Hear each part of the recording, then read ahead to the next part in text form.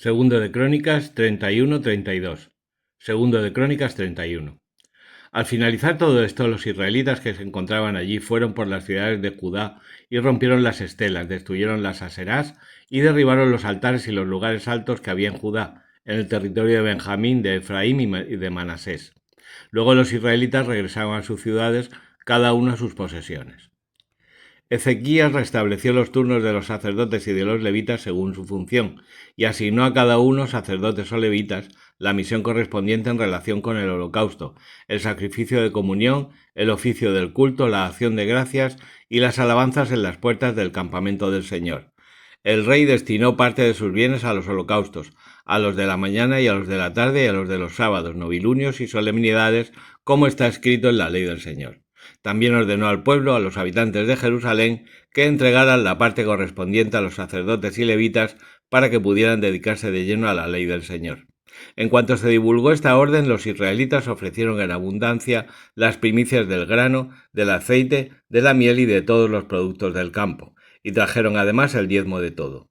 También los israelitas y los de Judá y todos los habitantes de las ciudades de Judá trajeron los diezmos del ganado mayor y del ganado menor, así como los diezmos de las cosas consagradas al Señor su Dios, y lo colocaron en montones.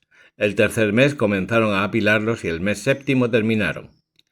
Cuando Ezequías y los jefes llegaron y vieron tantos montones, bendijeron al Señor y a su pueblo Israel. Ezequías pidió información sobre los montones a los sacerdotes y levitas. Le respondió Azarías, sumo sacerdote de la familia de Sadoc.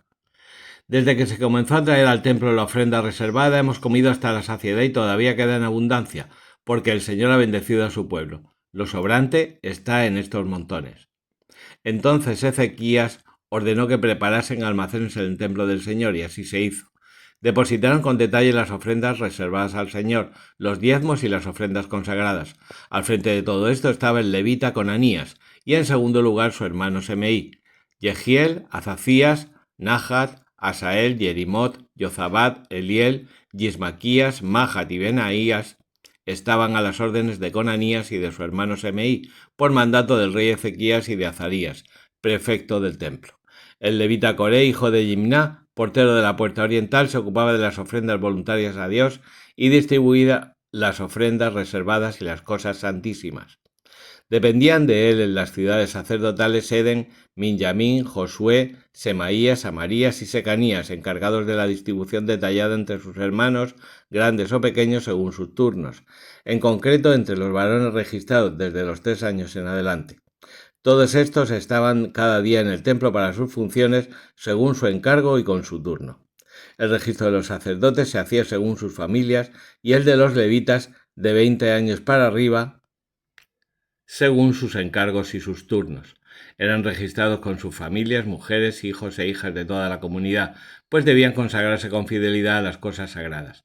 Entre los hijos de Aarón, los sacerdotes residentes en los campos que están en torno a sus ciudades, se nombraba personalmente a algunos en cada ciudad para distribuir la parte correspondiente a cada varón de entre los sacerdotes y a cada uno de entre los levitas. Ezequías hizo lo mismo en toda Judá. Obró el bien, la rectitud y la verdad delante del Señor su Dios. Todo lo que había emprendido en favor del templo, de la ley y de los mandamientos lo hizo para buscar de todo corazón a Dios, y por eso tuvo éxito. Segundo de Crónicas 32. Después de estos acontecimientos y de estas muestras de fidelidad, Senaquerib, rey de Asiria, vino, invadió Judá y asedió las ciudades fortificadas con la intención de conquistarlas. Cuando Ezequías vio cómo avanzaba Senaquerib y cómo orientaba su ataque hacia Jerusalén, decidió en consejo con sus jefes y sus valientes cegar las aguas de las fuentes que hay fuera de la ciudad. Todos estuvieron de acuerdo. Se reunieron muchos del pueblo y cegaron las fuentes y los torrentes que atravesaban el país, diciendo: no vayan a venir los reyes de Asiria y vayan a encontrar tanta agua. Ezequías se sintió fuerte, reconstruyó las murallas deterioradas, levantó más las torres, construyó un segundo muro por el exterior, fortificó el Miló de la ciudad de David y preparó armas en abundancia y escudos. Designó jefes militares sobre el pueblo, los reunió a su alrededor en la plaza de la puerta de la ciudad y les habló apelando a su corazón. Sed fuertes y valientes, no temáis ni os acobardéis ante el rey de Asiria, ni ante toda la muchedumbre que le acompaña.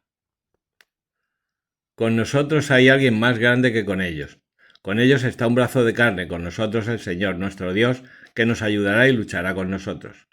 El pueblo se reconfortó con las palabras de Ezequías, rey de Judá. Después de esto, Senaquerib, rey de Asiria, que estaba en Laquis con todas las fuerzas que comandaba, envió a sus cortesanos a Jerusalén, a Ezequías, rey de Judá, y a todos los de Judá que moraban en Jerusalén, con este mensaje. Así dice Senaquerib, rey de Asiria: ¿en quién confiáis los que permanecéis asediados en Jerusalén? ¿No os está exponiendo Ezequías a morir de hambre y de sed, cuando asegura el Señor nuestro Dios nos librará de las manos del rey de Asiria? ¿No es Ezequías el que ha eliminado los lugares altos y los altares, y ha ordenado a los de Judá y Jerusalén: habéis de postraros y ofrecer vuestros sacrificios ante un solo altar?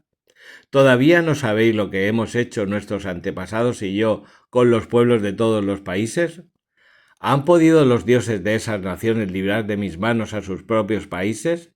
¿Quién de entre los dioses de las naciones que exterminaron mis antepasados ha podido librar de mis manos a sus pueblos? ¿Y va a poder libraros vuestro Dios? Ahora pues, que no os engañe Ezequías ni os seduzca con esto. No le creáis, porque ningún dios de las naciones o reinos ha podido librar de mi mano o de la mano de mis antepasados a su pueblo, ni tampoco vuestro Dios os librará. Todavía continuaron hablando sus hombres contra el Señor Dios y contra su siervo Ezequías. Además, Senaquerib había escrito una carta insultando al Señor Dios de Israel en estos términos: como los dioses de las naciones de la tierra que no libraron a sus pueblos de mi mano, así es el Dios de Ezequías, que tampoco podrá librar a su pueblo. Los emisarios gritaban en lengua judía al pueblo de Jerusalén, que estaba en lo alto de la muralla, con el fin de atemorizarlo y desmoralizarlo, y así poder ocupar la ciudad. Hablaban del Dios de Jerusalén como de los dioses de los pueblos de la tierra, que son obra de manos humanas. Entonces el rey Ezequías y el profeta Isaías, hijo de Amós, suplicaron por esta intención y clamaron al cielo. El Señor envió un ángel que exterminó a todos los guerreros, a los príncipes y a los jefes del campamento del rey de Asiria.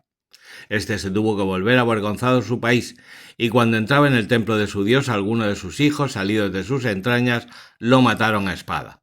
Así el Señor salvó a Ezequías y a los habitantes de Jerusalén de la mano de Senaquerib, rey de Asiria, y de todos los demás enemigos, y les concedió paz en sus alrededores. Entonces muchos trajeron a Jerusalén ofrendas al Señor y objetos valiosos para Ezequías, rey de Judá, que con todo esto alcanzó gran prestigio ante todos los pueblos. Proverbios 11, 12-31. Quien desprecia a su prójimo es un insensato. El hombre prudente guarda silencio. El chismoso divulga secretos. El hombre de fiar se guarda la palabra. Donde no hay gobierno se hunde el pueblo, y se salva cuando abundan hombres de criterio. Se perjudica quien sale fiador de un extraño, y vive tranquilo quien es enemigo de avales. Mujer agraciada obtiene honor. Los audaces obtienen riqueza. El hombre bueno se beneficia a sí mismo, el implacable daña su carne.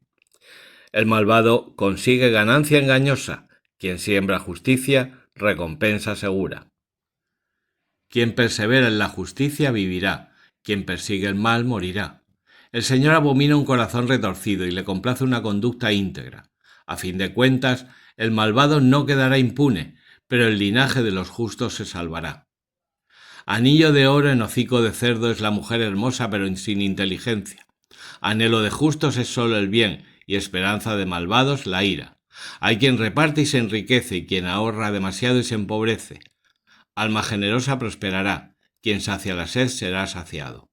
La nación maldice a quien acapara trigo, la bendición recae sobre quien lo vende. Quien se afana por el bien consigue complacencia, a quien busca el mal le saldrá al encuentro. Quien confía en su riqueza, ese caerá, pero los justos prosperarán como la fronda. Quien arruina su casa heredará viento, y el necio será esclavo del sabio de corazón. Fruto del justo, un árbol de vida. Quien gana almas es sabio. Si el justo recibe su paga en la tierra, ¿cuánto más el malvado y el pecador? Hechos 15, 22, 41. Entonces les pareció bien a los apóstoles y a los presbíteros y a toda la iglesia enviar de Antioquía con Pablo y Bernabé a algunos varones elegidos de entre ellos, a Judas llamado Barsabás y a Silas, destacados entre los hermanos. Con ellos les enviaron este escrito. Los apóstoles y los presbíteros hermanos a los hermanos de la gentilidad que viven en Antioquía, Siria y Cilicia, saludos. Puesto que hemos oído que algunos salidos de entre nosotros, pero que nosotros no hemos enviado, os han desconcertado con sus palabras y os han llenado de inquietud, unánimemente nos ha parecido oportuno elegir a unos hombres y enviarlos donde vosotros, en compañía de nuestros queridísimos Bernabé y Pablo, hombres que han entregado su vida por el nombre de nuestro Señor Jesucristo. Enviamos, por lo tanto, a Judas y Silas, que os comunicarán de palabra estas mismas cosas, porque hemos decidido el Espíritu Santo y nosotros no imponeros más cargas que las necesarias, abstenerse de lo sacrificado a los ídolos, de la sangre, de los animales estrangulados y de la fornicación. Obraréis bien al guardaros de estas cosas. Que tengáis salud. Ellos, después de despedirse, bajaron a Antioquía, reunieron a la muchedumbre y entregaron la carta, y al leerla se llenaron de alegría por estas palabras de consuelo. Judas y Silas, que también eran profetas, alentaron y confrontaron a los hermanos con un largo discurso. Pasado algún tiempo fueron despedidos en paz por los hermanos para volver a quienes les habían enviado. Pablo y Bernabé se quedaron en Antioquía enseñando y anunciando con otros muchos la palabra del Señor. Algunos días después le dijo Pablo a Bernabé: volvamos a visitar a los hermanos en todas las ciudades donde hemos predicado la palabra del Señor para ver cómo se encuentran. Bernabé quería llevar consigo también a Juan, llamado Marcos. Pablo, en cambio, consideraba que no debían llevar consigo al que se había apartado de ellos en Panfilia y no les había acompañado en la tarea. Se produjo una discrepancia de tal modo que se separaron uno del otro. Bernabé se llevó a Marcos y se embarcó para Chipre, mientras que Pablo eligió a Silas y partió encomendado por los hermanos a la gracia del Señor. Recorrió Siria y Cilicia, consolidando las iglesias.